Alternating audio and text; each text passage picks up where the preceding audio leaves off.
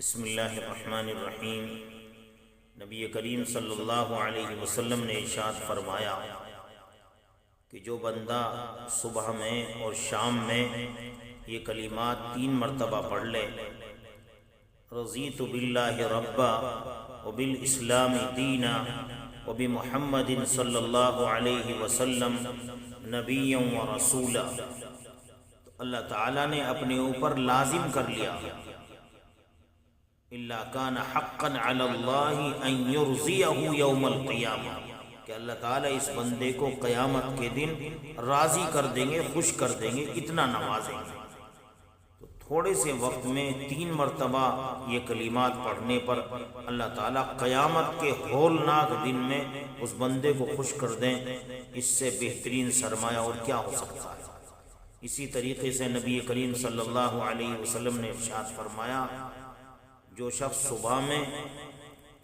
ان کلمات کو کہے، رضیت باللہ ربا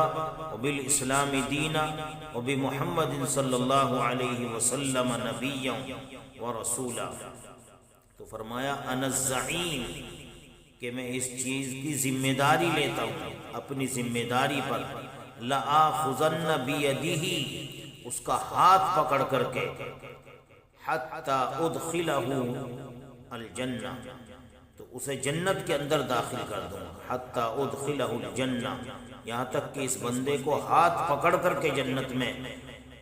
داخل کرواؤں گا اور جنت میں داخل کر کے چھوڑوں گا۔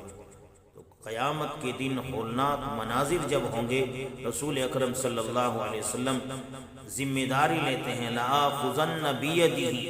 کہ اس کا ہاتھ پکڑ کر، گویا کہ اس بندے کو پورے میدان محشر میں تلاش کر کے ہاتھ پکڑ کر کے اللہ کے پیارے رسول جنت میں داخل فرمائیں گے۔ تو کتنا بڑا انعام اور سرمایہ ہے۔ کہنا کیا ہے، پڑھنا کیا ہے، رضیت باللہ ربا وبالاسلام دینا وبمحمد صلی اللہ علیہ وسلم نبیا ورسولا۔ صبح و شام ان کو 3 مرتبہ پڑھ لیا کریں، تو یہ ہمارے لیے ذخیرہ آخرت بھی ہے اور نبی کی شفاعت کا ذریعہ بھی ہے۔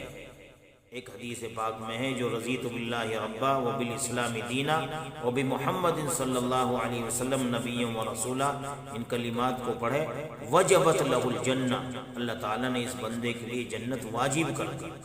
کتنا بڑا سرمایہ ہے۔ اللہ تعالیٰ ہمیں اس دعا کو یاد کر کے ہمیشہ اس پر مداومت کی سعادت نصیب فرمائے، آمین یا رب العالمین۔